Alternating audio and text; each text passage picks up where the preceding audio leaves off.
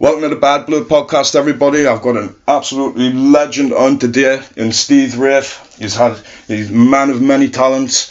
I just would like to welcome to the podcast, Steve. How's things? Thanks very much, mate. Yeah, great to be on, mate. Thanks for inviting us on, and good luck with this podcast. It's really good. Thanks, mate. Heading back, how did you first start getting into the criminology? It was weird, really. I wasn't a great scholar at school. I actually started off at the Drive Primary School of all places in Felon, where I lived. It wasn't great. It was before Ofsted, and there was no regulation on how well schools were performing. And about 2 years into my junior school education, my parents realised that I couldn't read, I couldn't write, I wasn't at the required standard. So I took us out of the Drive Primary School. All I'd really learned to do was how to slide down the bank on a carrier bag and how to have a fight with people. And, that wasn't really what my mum and dad wanted us to learn at school. So they moved us into private education. It was a little bit too late. I was always going to be struggling a little bit because of the bad start I had. And put us into private education. It helped us in a lot of ways. But it didn't help us enough, and as I came towards the GCSE year, I was the first year to do GCSEs.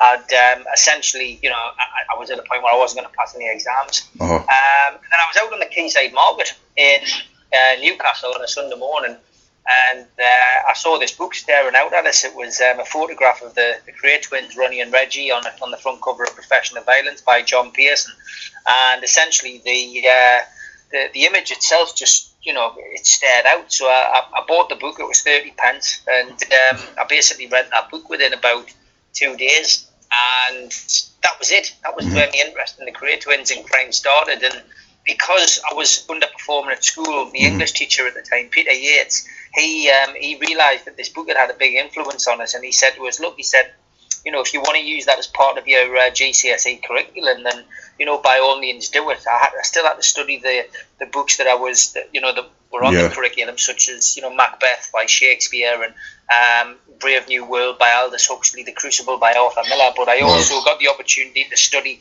the Krays, the Profession of Violence, and ultimately I passed my exam. I passed the English language with a B and English literature with a C, and it was a great opportunity for me to actually get grades and pass the exam. So that's where the interest came in. Yeah. What gripped you about the book? It was, to be honest, not the violence and the murder. It was the image of the Kray twins that I was seduced by. It was the photographs of them with celebrities, with the likes of Joe Louis, the former heavyweight champion of the world, Sonny Liston. At film premieres with Barbara Windsor and George Raft. Reg and Ron were always very smartly dressed. I had, Savile Row suits on, and they were tailored suits for them. The white shirts were embroidered with RK on, and they had everything. They had the trappings of wealth.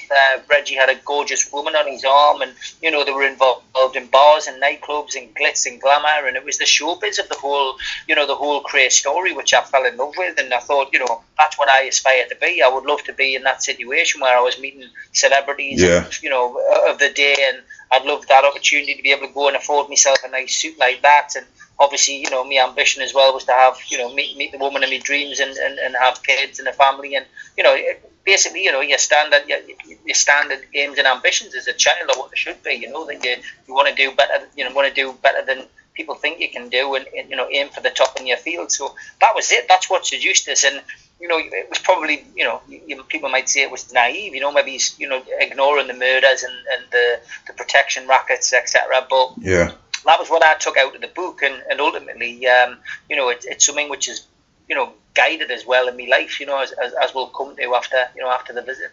Yeah. When you wrote that letter, did you ever expect a letter back?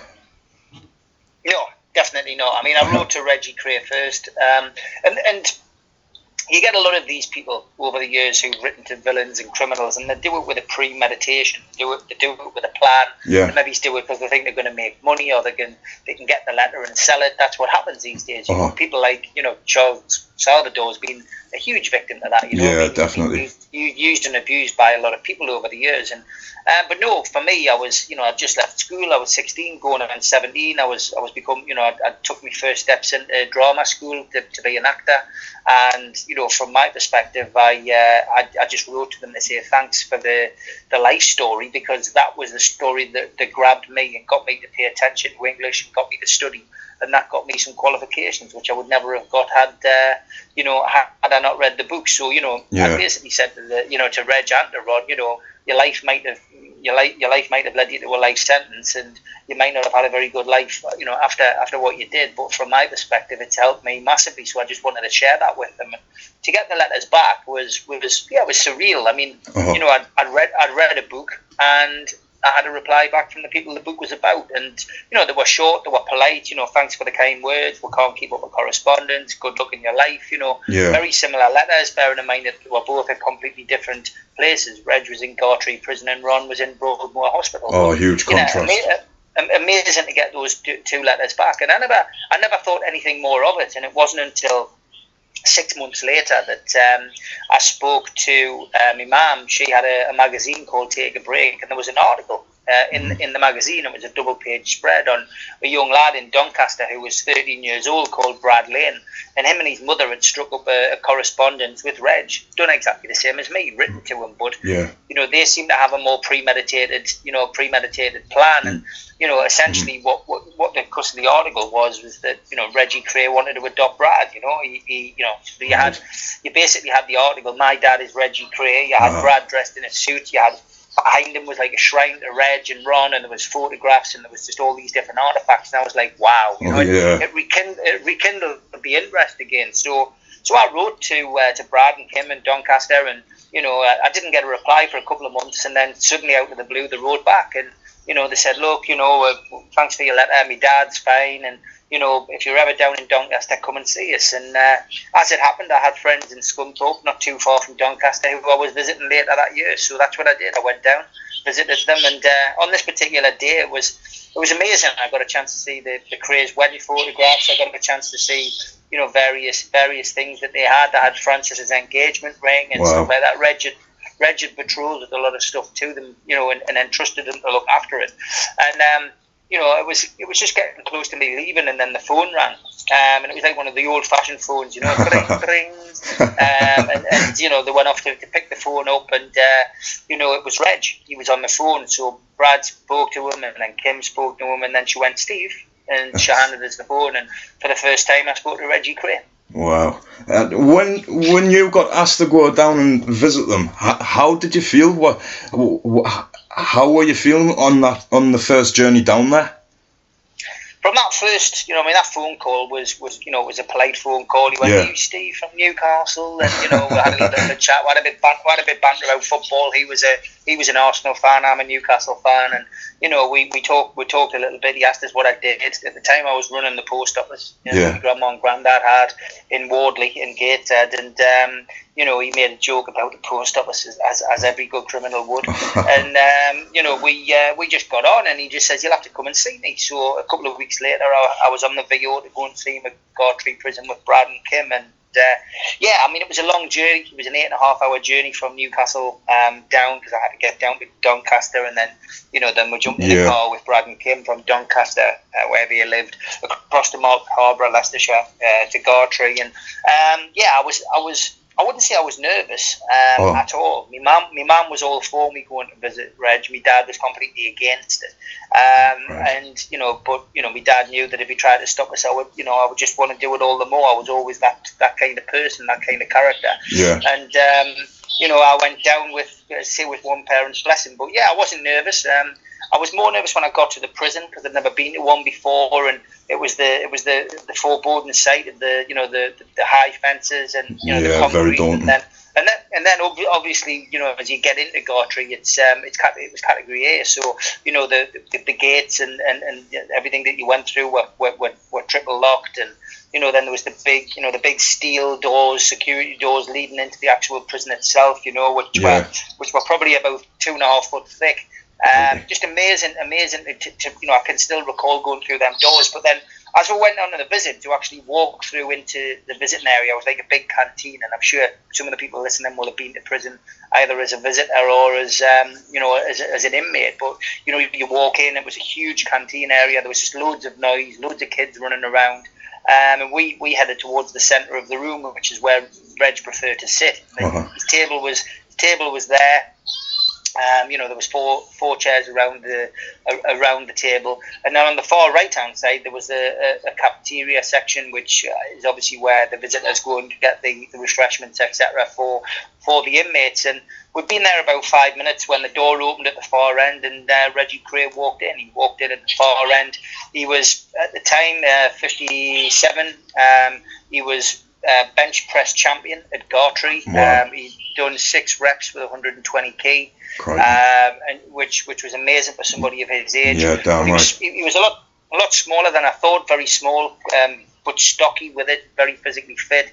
He had a blue and white regulation striped prison shirt on. He had a pair of Levi jeans, a pair of nice shoes, and his shirt was unbuttoned down to his navel, and he had a big gold cross on, because Reg had found God whilst inside after a suicide attempt in the 80s. And that was it. He greeted Brad and Kim, and then greeted me and says, "You must be Steve from Newcastle," and that was it. We sat. The visit flew over. We talked about lots of things. He's paying a lot of attention to Brad, like a father would do. And we chatted about various things, and then we got around to things with me. Just what did I do? Obviously, he knew I was at the post office. Did I have any family? And keep in touch. That's what he said. And he said, and I said, well, actually, Reg, I said, I've got a business proposition for you. I said, I've got T-shirts. The T-shirt business on the side in Newcastle. I'm putting, famous people on T-shirts. I'm wondering whether I could put an image of you and Ron on the T-shirt. And he said, well, I love the idea. Yeah, we discussed the finances. And he said I would have to put the money in to get the T-shirts made, but we would split the money 70-30 between him, Ron and Reg, as long as Ron was up for it. Yeah. People think 70-30 in their favour sounds a bit naughty, but it's not.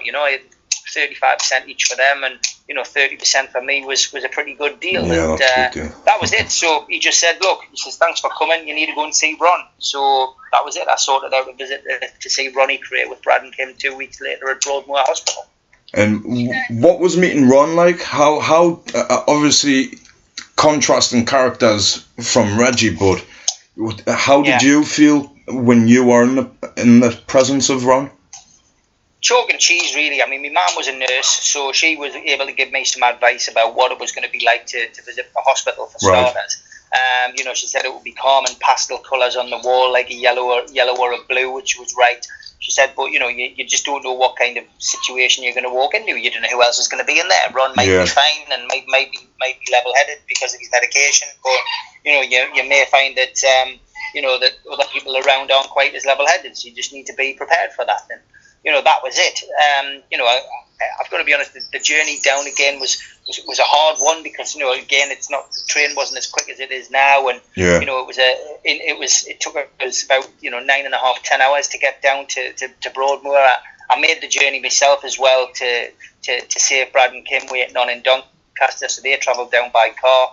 I got from Newcastle down to London King's Cross, and then King's Cross to Reading, and then Reading to Crowthorne in Berkshire. So they picked me up at the station at Crowthorne, and I had the slow drive up the winding roads up to Broadmoor. And it's a big old Victorian building. Every inch a nut house really when you're pulling up to it. Yeah. They were modernising it, just starting to modernise it as I got there, but it was still this old Victorian building. And my mum was right. It was pastel colours as you walked in, and Brad and Kim left 200 John Player specials for Ron at reception so that he'd have something to smoke on the visit. And we walked in, and when we walked through, we're actually walking through the wards. So we're walking through Henley Ward, and which is Ron's ward, and you were actually walking past their rooms. Their rooms were closed, but you were actually walking through where they would normally wander.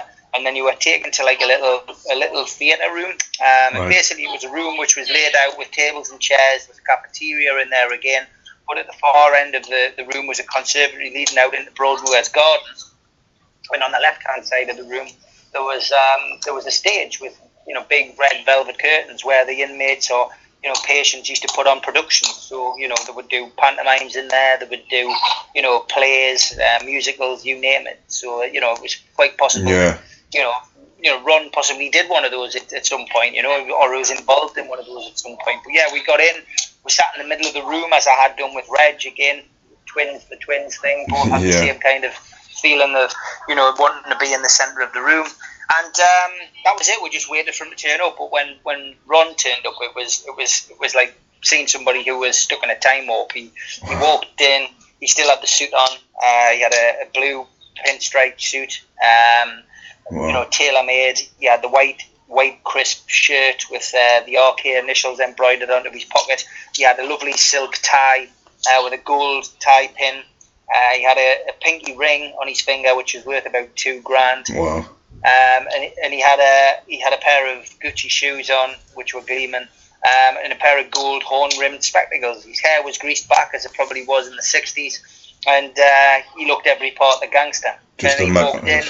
He walked in, he stopped, surveyed the room, and then walked over to the table, greeted us. And I'm glad on that visit I went down suited and booted. I made the effort. So it was like a proper sit down with Ron Kray, and we sat there, we talked about everything, and I think the first thing that Ron did was he put his hand on my knee, and he leaned forward and he went, "You don't mind that I'm bisexual, do you, Steve?" And I went, No. I said, I'm not bisexual like Ron. I said, "But each to their own." And he went, Good. And that was it. He put his hand off my knee, and he never did that again. But it was an amazing visit. He chatted about everything. He was more interested in what I had to do. I mean, when I'd been to see Reg was talking about business. He was pulling scraps of paper out with ideas on, and he was throwing them to Kim and, saying we need to do this and need to do that. Whereas Ron was a lot more chilled out. And I think the other thing with Ron is he was chain smoking. So he was chain smoking John Player specials throughout the visit. He would do about 50 tabs in the visit. And the visits were always 2 hours, whether they were prison or Broadmoor. But Ron was always late to arrive, but always wanted to get away early. As I went on more visits to Ron, I used to say, "Why do you always leave early?" He says, "Oh, I like to beat the rush." And I mean, there was never a rush, there was never a rush. He was never going anywhere, but it was just one of his little quirks, Yeah. But yeah, it was amazing. And on this visit, I saw the angry side of Ronnie Kray as well. It was 10 minutes into the visit with him, and this guy walked behind us and knocked my chair and didn't apologise, just settled down behind us. And I turned round, it was a thick set guy, dark hair, moustache, and I didn't think much of it, and I turned round and Ron was going, the slag, the rat, the bastard, and I was going, hell, come on, my first visit kind of thing, and he goes, I said, "Who's that?" He goes, "It's Peter Sutcliffe." Oh my Should have God. apologised for knocking your chair with the Yorkshire Ripper. Crikey. So yeah, unbelievable, really, unbelievable. But the visit was great. We at the end of it, he finished off by saying, "Steve, I really like you. Would like you to keep in touch. We'll sort another visit out." And when I get out, he says, "I'd love to take you on a cruise. Would you like that?" And I was thinking, a cruise? Oh yeah, that would be great. Aye, fantastic. And again, wet behind the ears, bit naive, not really knowing what a cruise was in a gay circle. It was about 3 days later after my visit, there's a large stud at the front door, and this brochure came through the door with "Looking forward to our cruise, Steve," on a bit of paper. And it was a brochure for a load of cruises in the Mediterranean. So he had a good sense of humour on as well. But yeah, amazing to read a book and to finally meet the two characters who were both completely different. Yeah, and obviously you've built up a brilliant rapport with the twins, which led you on to become well known as the Geordie Connection. How was it like doing stuff for the twins whilst they were in jail, and how did you find it? Was it stressful at times, or did you just think, "Oh Christ, I'm done, I'm finished," or how did you manage to just plug away and keep going? I mean, looking back now, it was me really setting down my way of doing things, for business. It was like a dress rehearsal for stuff I will be doing to make money moving forward. But again, it was never premeditated. I left school wanting to be an actor, and I'd gone on to do this drama course, which I eventually walked off because I did a pantomime. I got ripped off by a local northeast company, and it put me off. It put me off acting for life. So my dream of being an actor, which is what I always wanted to do from the age of 7, which is when I first started, all the way through, was suddenly gone. And I ended up working at the post office in Wardley, as I say, my grandparents' business, which I then eventually owned alongside my father, which was great, but it wasn't what I wanted to do. And the stuff with Ron and Reg became a bit of a sideline. The T-shirts became a sideline, and that was like the beer money, if you like. I was young. I was in my teenage years, coming up to the age of 21, and the T-shirts had been a roaring success, and ultimately for me, it became, as I say, a second revenue stream, and working for them was a bit surreal. I think the first big problem I had was I was starting to distribute the T-shirts not just in the northeast but further afield, and we're getting people in Liverpool, Manchester, and other main cities all wanting these T-shirts, and it was before the internet, so a lot of this was done by telephone or letter, Amazon, and promotions via flyers.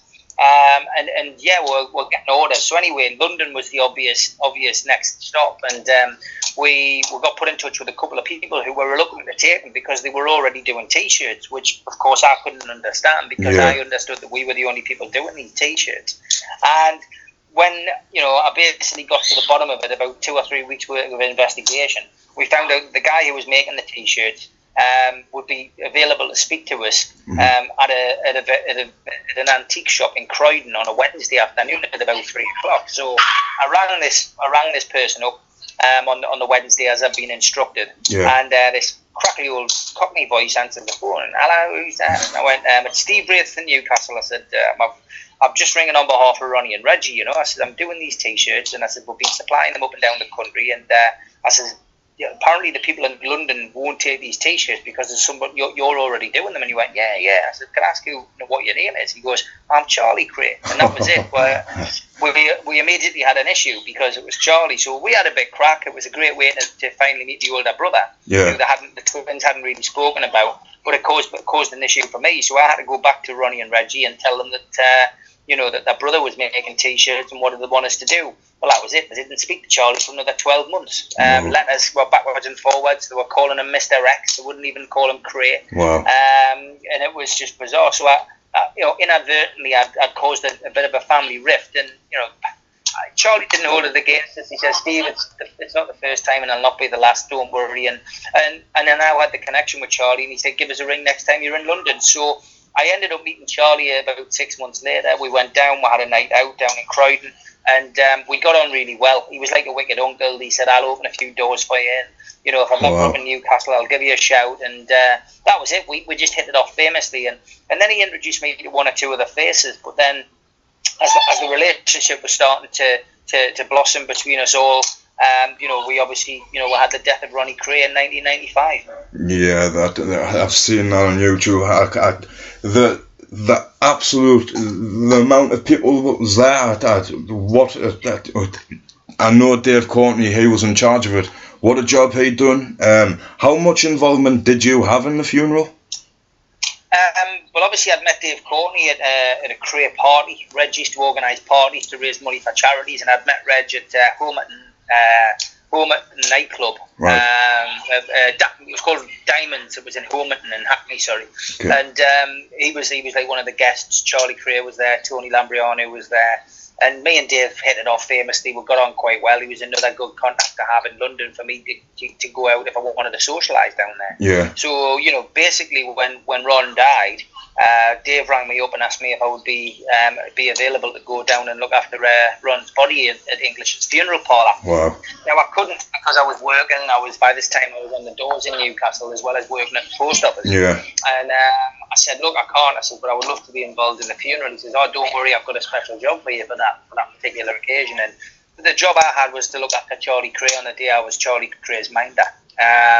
So I got called into the funeral. I had to attend at 9:30 at English's funeral parlour, and that was it. I got walked in and walked straight into the family waiting room. So I was there with Charlie Kray, Reggie Kray, Dave Courtney. And Reg says, thanks for coming. You come all the way from Newcastle today, Steve. And I went, yeah, I have. He says, then would you like to go and see my brother? I went, yeah, I will. So I went in to see Ron, who was obviously lying in state. His coffin top was still open. So I went in to pay me respects. I went in with Charlie Kray, and that was it. So for the rest of the day, my time was spent with Charlie, and it was surreal. I mean, there's obviously well-seen images of me at the graveside, with just behind Charlie and Reg as Ron's body's getting lowered into the ground, and subsequently after the funeral, went to the wake, at the Governor's in the East End, and it was an amazing night. I met a lot of well-known people there. Lenny McLean. It's the first time that I met Freddie Foreman. Wow. I met famous people, Shane Ritchie and Julian Dix, who was playing for West Ham at the time. There's so many actors there as well. People like Ray Winston and Stephen Burkoff, who played George Cornell in the Krays film. So there was so many people there. It was just an amazing show of respect, and I think that was the day that I realised that I needed to start making notes. I'd been involved with the Kray family over 5 years by that point, and I thought I'm going to have to start jotting this down, because this would make a fascinating book for some for the future. What the twins were like behind bars. Yeah. And it was when I was going over the Bow flyover as part of the cortege in the car with Charlie Kray. We saw all these workmen on the road who basically formed a line and just took the hard hats off as Ron's body went past, and I went, this is crazy. I thought, this is surreal. This is somebody who's a criminal, who's a gangster, who murdered somebody in cold blood in front of witnesses in an East End pub, and he's getting a funeral, bigger than Winston Churchill. Yeah. It was bizarre. So yeah, that was it. That was my first moment where I thought, I'm going to start writing this down, and that's what I did. I started making the notes, handwritten notes, for the book, which eventually called The Krays, The Geordie Connection. Yeah, there was a strong sense at the time that the Krays had been wrong done, like the amount of time they were incarcerated. So do you think that had a major effect on the amount of people who was paying their respects to Ronnie? I think it was curiosity on a lot of behalves. I mean, at that time, a lot of people were still alive. Your Frankie Frasers and your Charlie Richardsons and your Joe Piles, God bless him. Yeah. There was all of these people who were still alive, and so I think there was the curiosity factor. People just wanting to get a glimpse of these characters. There was the Reg and Charlie factor. You're going to get a chance to see two Krays. Whether you saw them passing the car or whether you're queued up at St Matthew's Church or English's Funeral Parlour just to get a glimpse of them. So I think there was a lot of that. I think there was a lot of respect in the East End. I think a lot of people did want to pay their respects to them.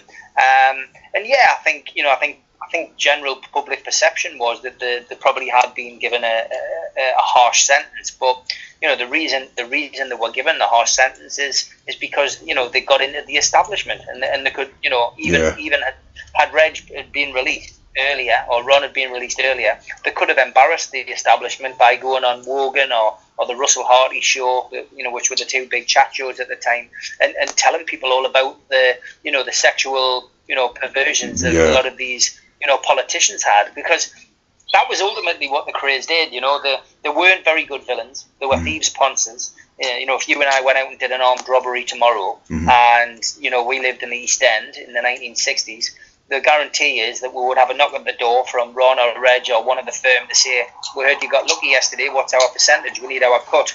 Get yourself down to the widows and see Ron tomorrow night and, weigh him in. Yeah. And that was what they did. And if you didn't go and do that, then the likelihood was you were going to get, beaten up or worse. And, you'd probably end up with all your money taken off you. So, that was what the Krays were. And, they would use their various premises to fence stolen gear. But they weren't pavement, robbers. They weren't the kind of people who would go and carry out a well executed robbery like the likes of Freddie Foreman and his gang did.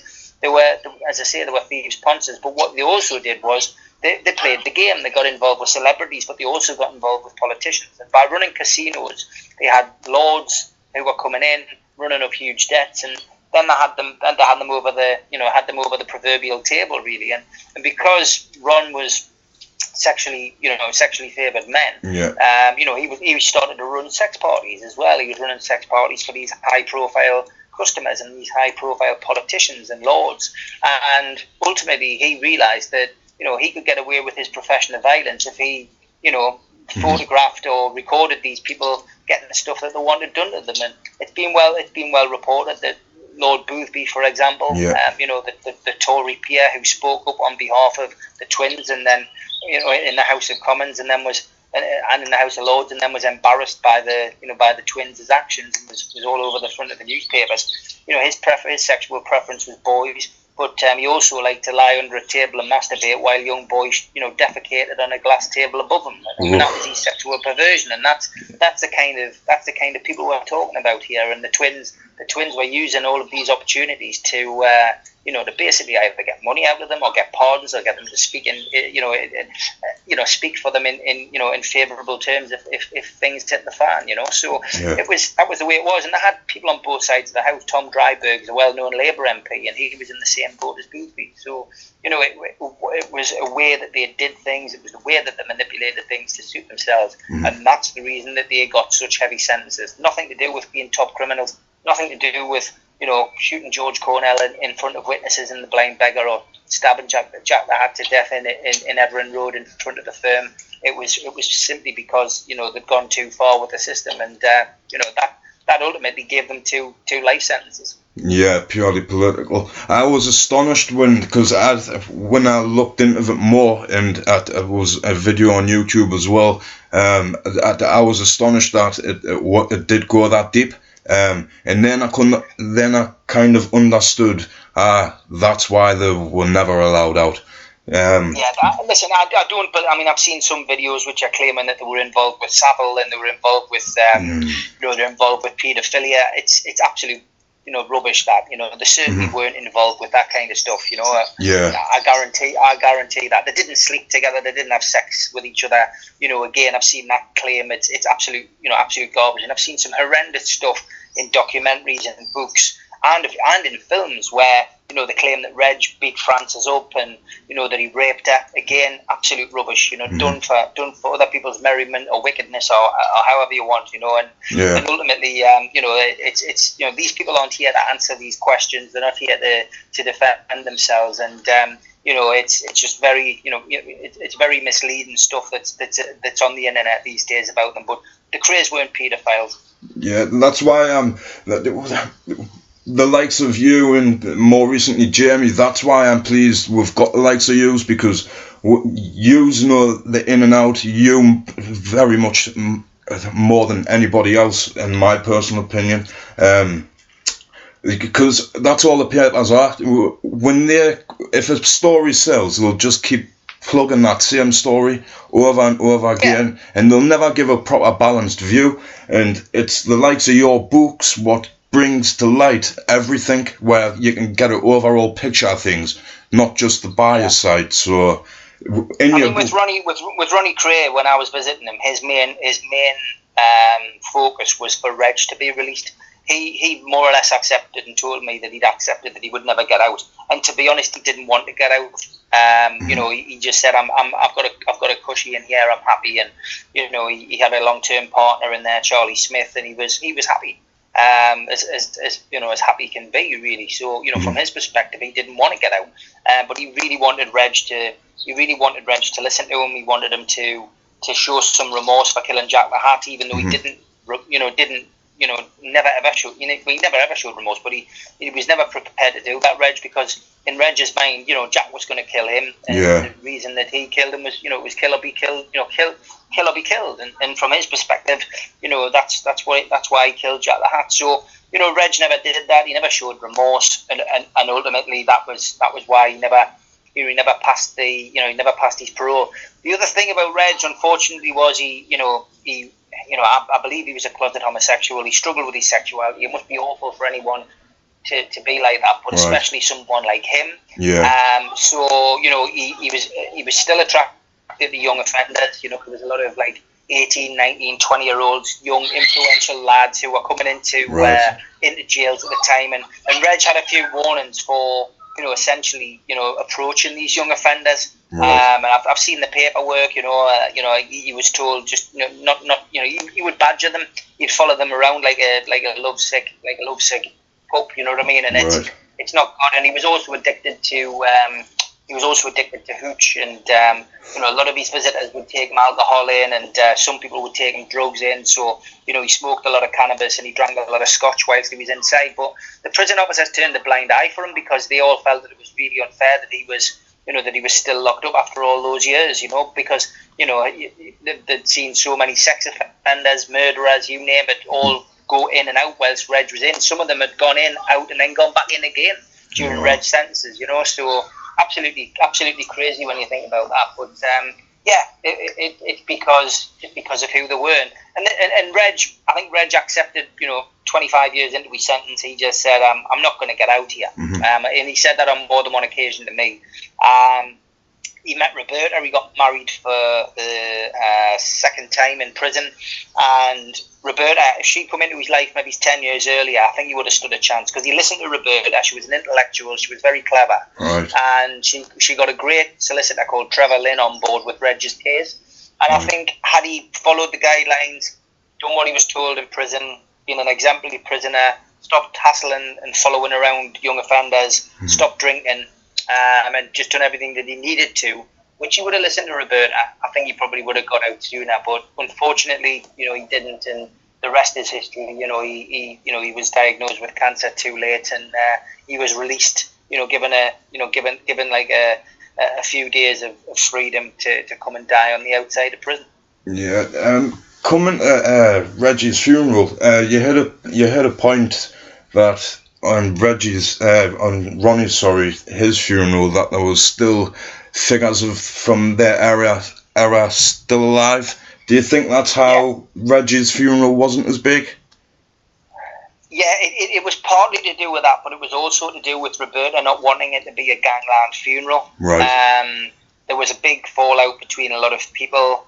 Roberta didn't like the fact that Freddie Foreman and Joe Pyle and Johnny Nash and Roy Shaw were at the hotel when Reg died. There's obviously conflicting stories about that, but Fred was there when Reg took his last breath, so there was a lot of fallout over that. And then subsequently she said she didn't want it to be a gangland funeral, whereas Ron's funeral had been all out gangland, and the pallbearers were from north, south, east and west of London. She picked people from East 17. She picked Paul Marcus Henry, who was a smackhead who'd shared a cell with Reg in the 90s. She picked people who Reg got on with. Don't get us wrong, but for the gangland fraternity who wanted to say give Reg a good send off, it wasn't the same. And Charlie's funeral wasn't gangland. Although gangland people turned up, there was a lot of showbiz, a lot of gangland people there. It was similar to Ron's, but Reg's, it was made quite clear that people like us just weren't, people like Fred and that just weren't wanted or needed, So a lot of the famous faces didn't go. I chose to go, but I didn't go suited and booted, and I actually went and stood as a member of the public. Right. And I walked along with the cortege. There's a great photo of me, which was in the East London Advertiser, of me walking along the cortege, just my dog coat, my jeans, my trainers, and a pair of sunglasses, and that's it. It perfectly sums up how I'd gone with Reg, because coming into that last year, Roberta was basically running his business. Everything that I'd done and other people had done on the merchandise side had started to go by the wayside. Roberta was running everything herself, and there was no real need to be in touch with Reg, but we still corresponded. We still exchanged one or two letters, and I got the odd phone call from him, but there was no need. Anything that needed to be done or communicated could go through Roberta, and that's the way she wanted it. So she almost turned the rest of the world off to Reg, but I understood why. She was doing it for the right reasons, and ultimately, I still got on very well with Roberta. So, Reg knew I was there, and I got the opportunity. I could have had the opportunity to go and see him at the hotel in Norwich, but I've got to be perfectly honest, I didn't want to do that because I wanted to remember Reg as I knew him. I knew that there'd be severe weight loss. I knew that he would, he'd have tubes in his nose, and I just didn't want to see him like that. It was a long journey down to Norwich, but that wasn't the point. It was just, I've been like that with everybody who's been ill. Yeah. Even Joe Pyle Senior, when he and me and Kenny Pander Anderson went down to Joe's house the day before he died, we were invited down, and Kenny went up to see him, but I just shouted up the stairs. But then, as it happens, bloody Joe came out that night. It was Joe Junior's birthday. We went out for a night out, and Joe Senior mustered his last bit of strength to jump in, to get in a car and come down and be driven down for his son's birthday, and then he died a day later. But he was terrible. I mean, there's a photograph in Freddie Foreman's book of that night, actually, and you can see, like, I think Joe Pyle must be about 7.5, 8 stone. Oh my God. Big set hefty guy, but yeah, I just don't like seeing people like that, and people, everyone's different, but yeah, I mean, Reggie's funeral was completely different, and for me it was the end of the Krays story, or so I thought. I knew that the good thing was that the first copy of me draft manuscript of the Geordie Connection was finished in 1999. So Charlie got to read it, Reg got to read it. They both give us their approval. Yeah. Both said they thought the book would be really good, and it would be well received. And a lot of people say, "Are you disappointed that the twins didn't get a chance to see it?" And I said, "Well, I am in one way." I says, but in another way, I says no, because I said they'd be wanting that cut. And I says, I know how that would have worked, 70% for them and 30% for me. And I says, and I've done 5 years of work on it, so I says, I can be happy in the sense that Charlie and Reg both gave it their approval, Yeah. How long did it take you to put the book together? It took us essentially 4 years to write it out. I hand wrote it and did a lot of memories, and I was doing it in my spare time. I'd never written a book before. It took us, I'm saying, 4 years to write it up, hand write it, and to type it up. So the first draft was ready then, and then I approached a guy called Stu Wheatman, who'd done Ian Freeman's book. I approached him because Ian put a story in which I wasn't very happy about. He put a story in about Charlie Krays' funeral and said that I'd asked him to go down to, because I had an ongoing rick with Roy Shaw at the time, through no fault of my own. But I actually invited Graham Borthwick and Ian Freeman and Ray Khan down to this funeral. But what I did was I made my own way to the funeral once we got to London. Right. And I went on my own because I thought if there's going to be trouble at the funeral, I don't want to involve other people. But for some reason in Ian's book, he puts a paragraph in saying that I'd asked him to go down and fight me battles, which is garbage, and obviously I had right to reply and rectify that in my book, but I was more annoyed at Stu for putting it in. But anyway, I put that behind us, and I said, look, you can help me out by helping me with my book, and that's it. Once he read my manuscript, he said, look, I really like it. I think I'll be able to help you, and Stu was kind enough to jump on board and help make it into a book, So that's what we did, and then through one of my contacts, Martin Ellis at Zimmergy Publishing, local Newcastle publisher, we went to him with a manuscript. He loved it, and he printed it up, so it did really well. But for me, it was a book that I wanted to write. I dedicated it to my English teacher Peter Yates, who'd obviously given us that opportunity all those years ago to essentially pass my English exam, and I invited him to the book launch. Not many people would invite their English teacher to the book launch, but I invited him and a couple of other teachers that I got on well with, and that was it. But yeah, that's how the book came about, and that's how it was published. How was promoting the book? How was that time? Was it hard? Did you enjoy it? Looking back now, I could have got so much more publicity, but for me, I thought that lay in the hands of the publisher. He's taken the gamble. He's the one who's laid the money out, and he's the one who's pushed it and done it. So, I wasn't as hands-on with that. But at the time, I got a young lad from Fallon called Steve Parnell to do the website. At the time, he was doing Dave Courtney and Charles Bronson's websites, and I asked him if he would do mine, and we became good friends. Me and Steve. So he did the Geordie Connection. We loaded, photographs, footage, and various things on there. And it was a big success. So that did help massively. And then just getting in the local press and the local papers, it did help as well. The Evening Chronicle were a big help, and Alan Robson on Night Owls and stuff like that. So I got publicity.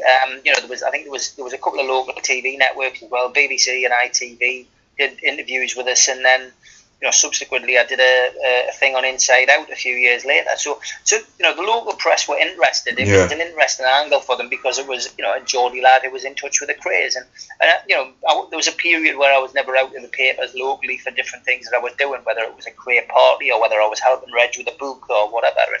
And we did a big fundraiser at the Lewisham Lane in Bensham with with Charlie Kray and Tony Lambriano coming up, where I raised. It was the very first event I ever did. We raised $2,500 for a young lad called Terry Moran, who had a bonfire accident. He had paint in his hand. He had a shell suit on, and then a spark hit his shell suit, and he went up in flames. And he got 80% burns. So I asked Reggie if he would help us, by sending us a tape to play at the event, and would Charlie come, etc. And could we do an event in Gateshead? And he said yes. And so I took that upon myself to do it. So I linked up with Davy Falkus at the Lewisham Lane, and we did 300 tickets at a tenner, and we sold it out, and it was a massive success. So the Moran family, because it was before disability benefit or anything like that, managed to buy themselves the car, which was great, so they could get backwards and forwards to the hospital for all of Terry's skin graft operations, and so some good came of it straight away. But again, that was my very first event. Again, not something I was planning on doing as a career, but inadvertently that became the benchmark for moving forward. I had a way of doing it. I knew what to do. Get a venue, get tickets printed, get a poster printed, get an act on, and sell tickets. So once you've done it once, it's easy to do it again.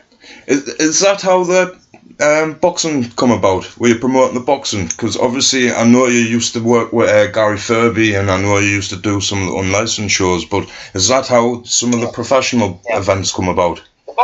That's how the boxing came about, because I was going up and down to London on a regular basis, and I was going down to Caesars in Streatham to see Joe Piles for unlicensed boxing shows. He put some really big shows on, really, really good shows. Yeah, I've seen some of them. So I got Gary Furby on one. Me and Gary were pals. I used to train with Gary at the same gym as Viv Graham used to train at Atlantis in Fallon. I used to go in and do weights, and he really pushed me on. I mean, I was doing something like when I first met him, I think I was only doing around about 80 kg on the bench press, but he got me up to doing. I think I got my greatest ever was three reps at 120. So huge improvement. Benching the same as bloody Reggie Kray. You know what I mean? Just not as many reps. And that was all through Gary's training. But we also used to go down to Davy Gregory's boxing gym. It was him and Glenn McCrory ran a boxing gym in Fallon at St Patrick's Church. It's not there now, but we used to go down there. So Billy Hardy would train there, Terry French, Glenn McCrory. There was the O'Hagans, Bernard O'Hagan would get in. It's just a great atmosphere, proper like Rocky type of gym, stuck to high heaven. Bits of masonry falling down every 5 minutes when the bell was going off, but it was an ideal gym. So I was going down doing the circuit training and that's where I really got the love for boxing. Mike Tyson was obviously the main man at the time, and Reg was communicating with he was writing letters backwards and forwards to Tyson, and I just got the interest in boxing from Ron and from Reg, And then I went from that to going down to watch the shows, sitting at ringside with Freddie Foreman, Roy Shaw, Charlie Richardson, Dave Courtney, etc. And I just loved it. I loved the atmosphere, and I thought, God, it'd be great to do this in Newcastle. So then, with Gary Furby, obviously having trained with him, etc., Gary had a pro career. I think he had 5 pro fights, but then jacked it in. But obviously, he was still training. He then had a bit of misfortune. He went to prison, and when he got out of prison, I'd visited him, backwards and forwards. And then when he got out of prison, I'd said, look, do you fancy giving the boxing a go again? And he goes, oh, I'd love to. I said, well, look, what about your licence? So that was it. I sold him the idea. He was up for it. We took a train full down. About 60 of us went down for Gary's first fight in London, and the rest's history. He boxed on about 4 or 5 shows down there. He won the governor title, which Roy Shaw presented him with in the ring at Caesars, and we had some great experiences. And then it was a natural progression from there. I got approached by Big Philip Riley, who's a relation of the Sayers, the cousin of the Sayers, and he said, "Look, Steve," he says, we're thinking about starting the unlicensed boxing up in the northeast. We'd do it up and down the country. We'd do it at, we're doing it from Blackpool. We've got a guy in Blackpool who's got the insurance and the licenses and a company. Would you be interested in promoting it in Newcastle? And I went, I says, I've never done anything like that in my life. You know what I mean? I says, he says, don't worry, we'd guide you, we'd help you, and this is what we'd do. And I was going, right, okay. I said, well, look, I says, if that's the case and there's no risk to me, let's do it. So that was it. I worked with the European Boxing Federation, a guy called Spencer, who set that up. And I basically just put a thing up on social media, which was still fairly new at the time, trying to recruit boxers.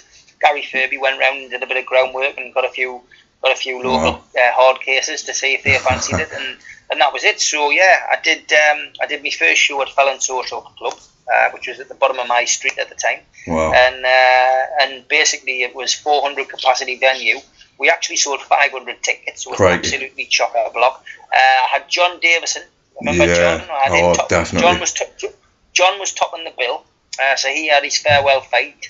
He fought a guy called Rob Newbigin on the show, and it was absolutely heaving and just an amazing night. Gary Furby fought on it. A young lad called Tony Quinn at the time fought on it. Frankie Foster, another former pro, he was on the show. It was just a cracking day, cracking night, cracking lineup, and everybody loved it. And once your first show goes like that, there's no turning back. And I got 8 years out of that. 8 years out of the unlicensed game. I did 34 shows. We did some absolutely great shows. We had some great names on them. I had Tony Tucker, the actual heavyweight, boxed on one of my shows. Wow. We had the Larry Holmes came as a ringside guest in one of my shows. I had just some huge massive names coming up. Michael Gomez boxed on a show that we did in Whitley Bay. Another good ex-pro. But we just had the connections through our guy in Blackpool, and he helped me, I helped him, and it was great stuff. And I basically stopped doing the unlicensed really because there was too many copycats. There was a lot of people trying to copy what I was doing. Right. A lot of people who were suddenly thinking, right, well, if I undercut Steve here and undercut Steve there, then we're going to get a situation where they're not going to want to box for him, and that's why I stopped. But I was also stopping because I'd been approached a couple of times by the likes of Glenn McCrory and Billy Hardy, and they said, look, Steve, you're killing the pro game up here. Why don't you go pro? And you should give it a go. And I was thinking, well, yeah, sorry for you to say that, but there's more money in the unlicensed game. But then when the unlicensed game started to become a bit of a ball ache, I thought I'm going to have to get out, So that was it. That's what I did, and I took the jump. Went into the pro game, and at first it was great. I had to go down to the Roker Hotel in Sunderland and basically give a speech in front of all the other license holders. So there was people like Phil Jeffries was there, and Mal Gates and Neil Fannin, and all the big names in boxing, Tommy Conroy. And I had to stand there and just give an account of myself. But the boxing board were really great, the area council, and they just said, Steve, we know who you are. We're delighted that you're standing in front of us. And would love to offer you the opportunity to become a professional promoter. And that was great. So in the old days, you just used to have a piece of paper. You used to have to get that stamped, an indemnity form, which basically said that you had enough money in the bank to, that if the show went belly up, that you'd be able to pay for it. Yeah. But they changed the goalposts, and basically they wanted 10 grand off us. Wow. Well, I didn't have 10 grand. I didn't have 10 grand. I thought, I haven't got it at the moment. Oh, sorry, we can't give you a license. So I put the plans on hold for 12 months. I went back into the unlicensed. And then it was just a matter of fact conversation with a guy from Ashton called Davey Tweddle, who's a building constructor, a builder. Davey basically turned around and said to us one night at an event, are you still thinking about going pro? And I said, I am. I said, I've got to put 10 grand in the boxing board account. I said, I just don't have it, Davey, And he goes, well, I'll put it in for you. Wow. And I went, wow, really? He goes, I'll put it in for you. He says, pay us back, of course. He says, but, we'll work it out, how you're going to do it. Yeah. So that was it. We shook hands. I told him I'd pay him it back within 3 years. He says, give us 3 years, I'll pay you. I says, every time there's an earner on a show, I'll pay you. And, and I says, I won't take anything out of it. So that's what we did. So it took us exactly 3 years. The very last show that I paid him back the money was the anniversary of the third year that they paid us the money, and I think I owed him 860 quid. So that show was the first one I actually made money on, if you like, where I could go and spend it. But no, it was great. I mean, it actually worked as a bit of a saving fund for me as well, because it meant that the 10 grand that was in the boxing board account was now mine. And it was almost like putting money away without having to save, if you know what I mean. Yeah. So, yeah, it worked out well. But yeah, I jumped into the pro game. Phil Jeffries was a huge help. He let us do a show with him early on. My very first show was with him at Gateshead. He showed us the ropes. But what I realised was you just can't make money at the game. It's so expensive to run a pro show. Even with just like a small hall show, like 6 fights, you're talking, $3.5 to $4 minimum. But usually around about $5. Wow. Putting one of them shows on. And the only way you can do that is obviously by putting fighters on ticket deals for starters. Yeah, that's it. But you need to bring sponsorship in. So on average, for each of the shows that I've done in the Northeast, I've needed to find roughly $2.5-3 sponsorship each time. So if you go on the Box Rec and see how many pro shows I've done as a promoter, that tells you how much sponsorship I've had to pull in over that period of time. And you're probably looking at around about the $35-40 mark that I've spent on putting boxing shows on.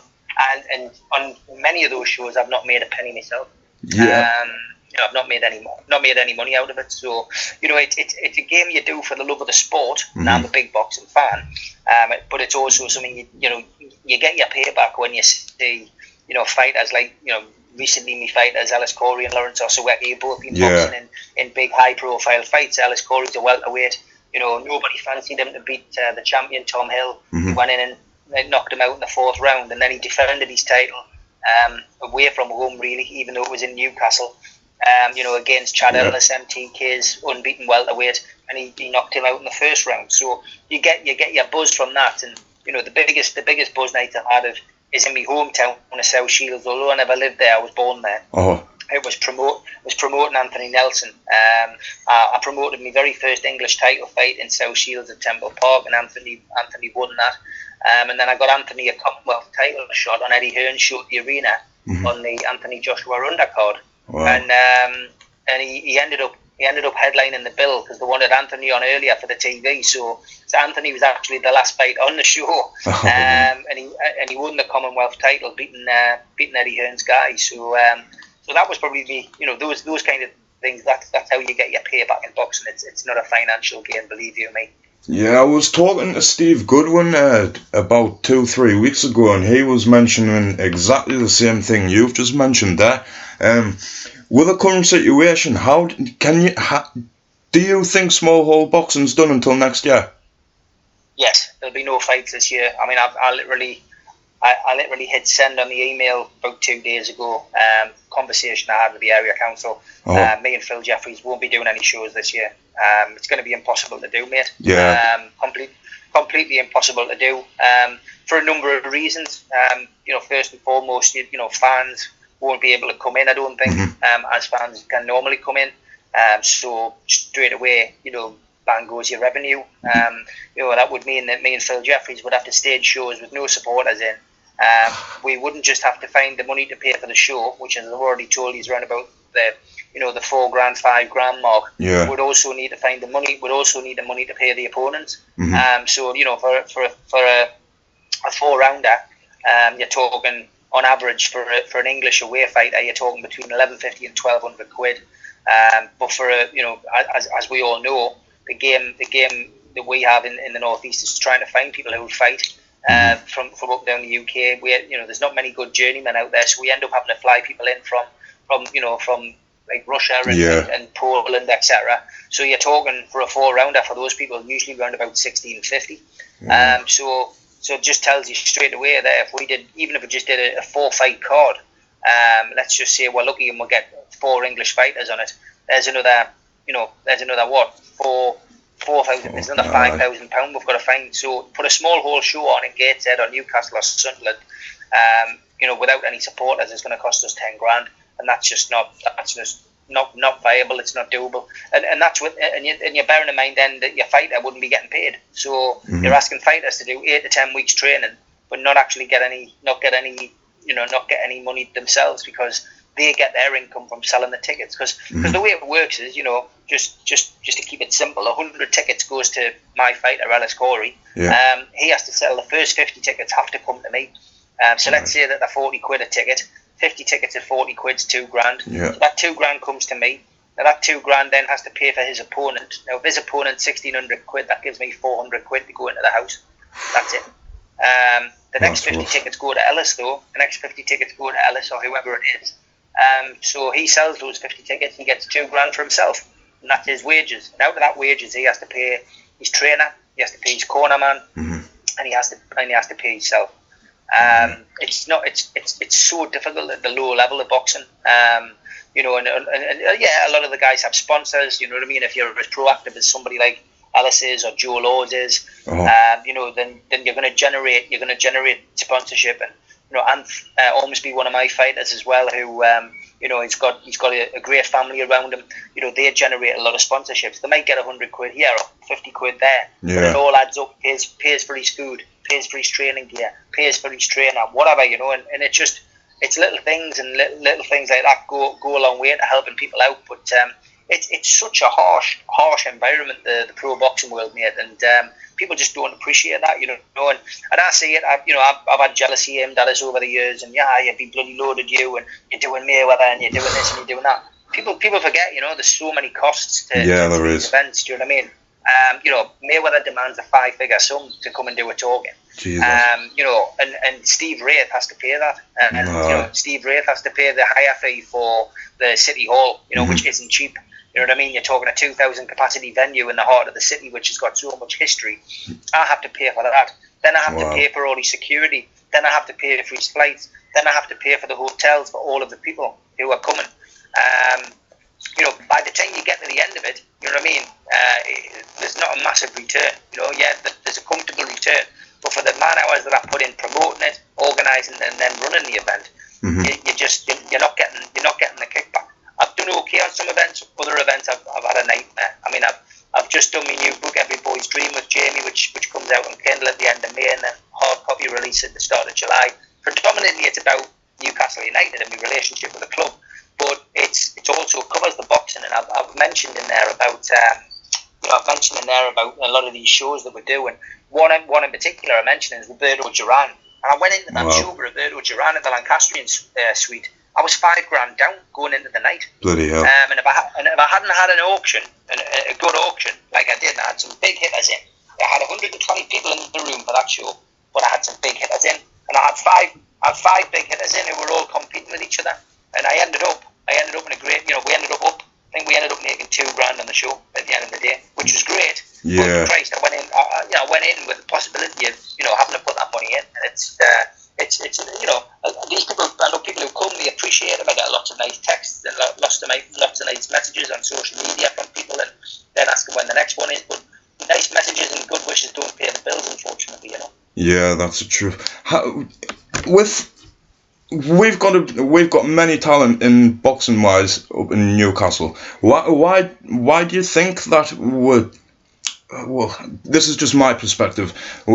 The crowds. Do you think we can see nights like Lewis Ritson on a consistent basis? Yeah, I think we will. I mean, obviously we've got to get back to boxing first. Yeah. The reason that I, you know, nagged that he to come back to the North East was so that we could get nights like this, and it was nice to be on the top table when Eddie returned, you know, to the North East. And obviously Lewis Ritson and rise to prominence has played a big part in it, but you know, Eddie got us on the top table, and I'll never get sick of hearing Eddie turn around and say, you know, why am I back? Why we're in Newcastle? Why we're here? Well, Steve Wraith wouldn't stop badgering us, you know. And that's nice to hear that from Eddie. From my perspective, you know, it was a special moment. But yeah, you have to have the likes of Lewis has to keep winning. You know, Joe Laws needs to be tested. Yeah.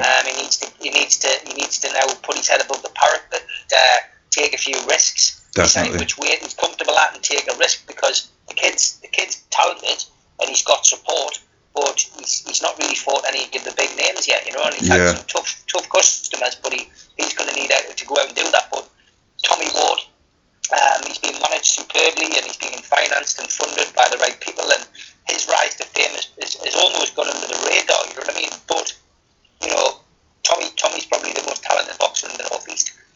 He needs that opportunity. He needs that opportunity to come soon. He wins the world title. You know, I say he wins the world title, then suddenly we're defending world titles in the North East. So that you know, that's the kind of thing you need. But there's young fighters up and coming. Look, there's plenty of fighters out there who will never ever reach English title level. Never mind world title level. But there are one or two who are coming through. I'm not going to say it just because he's a fighter, but Ellis Corey is well worth watching, because, you know, as long as I know his name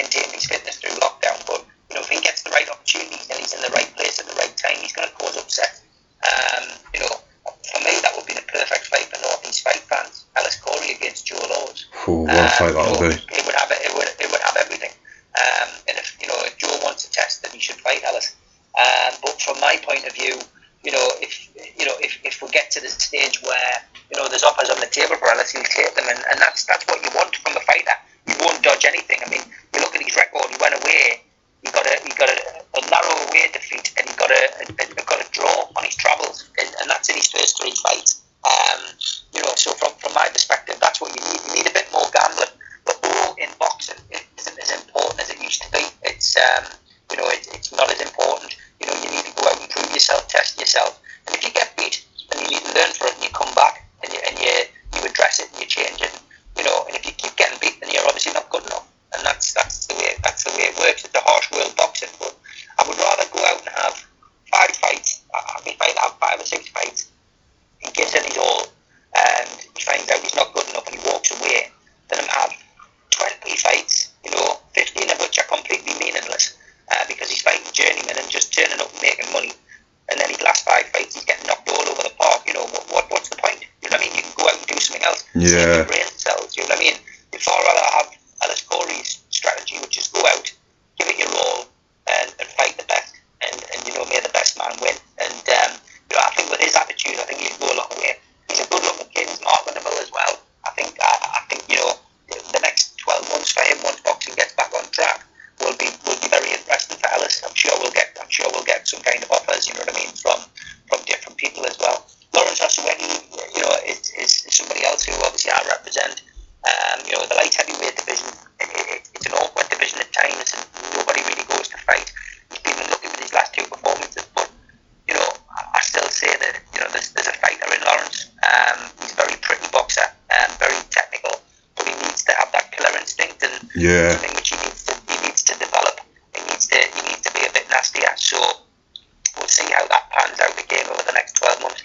And Ormsby's just raw talent. I watched him in the amateurs, followed his career, really like him, and think that there's an Northern Area title in him. Is there anything after that? I don't know yet. Probably too early to tell because he's still very, very young, and he's had mixed fortune with trainers, I would say. So he's still progressing. More excited really at the moment as well about Shannon Bowe. I've signed a young female fighter. Yeah. Obviously, I was in negotiations with April Hunter, but that didn't work out. She's gone with Phil, and good luck to her. She's lovely last April. But I've got Shannon Bowe, my first female fighter, the first female fighter from that area as well, from Darlington. So and she's a pocket rocket. So I'm looking forward for her to make her debut. But look, it's exciting. It doesn't make us money, and that's the sad part. I'm busy. I've got a lot of stuff going on. I'm acting, I'm writing, I'm promoting other events. Got 1 or 2 other irons in the fire at the minute as well, potentially. From my perspective, will I still be involved in boxing in 12 months' time? I can never answer that question, but like I said in The Godfather, every time I try to get out, it pulls us back in. It's a sport I'm addicted to, Yeah. And coming on to your beloved Newcastle, I can't let you go without getting your thoughts on that. I know it's been silent, but these takeover situations do go silent for a bit, and then you do hear, then it all comes at once.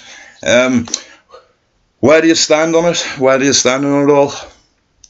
Obviously, it was me who introduced Amanda Staveley to what the Newcastle public were all about. I mean, I was asked to do that job when she came up here.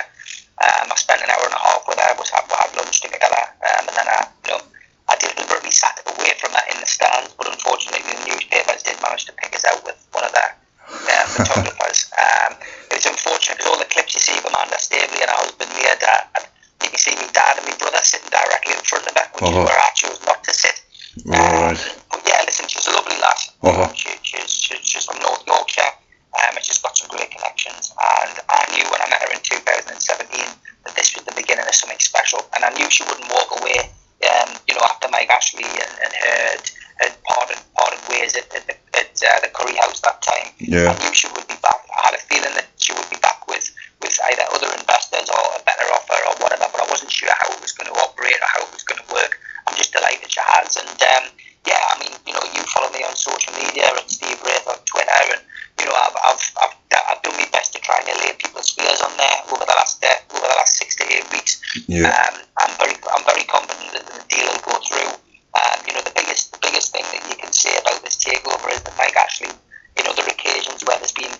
supposed takeovers has come out and had a pop or had a go at the prospective buyer for being a time waster or for dragging their feet or this isn't going to happen, so I'm not selling the club. There's been none of that this time because the club's been sold. You know, they've done the deal. The deal has been done. The contracts have been signed. The stuff's gone up at company's house. So from our perspective, you know, all we're waiting for now is the Premier League checks to go through. The Premier League checks will take time, and the reason they'll take time is because we're sitting in the middle of a pandemic. Yeah. We still haven't got an agreed date on the return of Project Restart, and that's the reason that this isn't rushed through. Also, there's been objections. Now, those objections, in the grand scheme of things, won't affect the Premier League checks, but what they will do is make anybody at the Premier League nervous about coming out and saying, well, the deal's, the checks are fine, we're granting permission for this to go through straight away. So what they've done is, you know, they've taken their time. They've got to be seen to be looking at every single option. You know, whether it's the Khashoggi, the widow, or whether it's behind sports or whatever, they've got to be seen to be doing the right thing. But ultimately, when your government is selling arms to Saudi Arabia, when your government has got a good trading relationship with Saudi Arabia, when Saudi Arabia are on the verge of you know, taking over television rights for football in the UK, then, you know, that all points to one thing.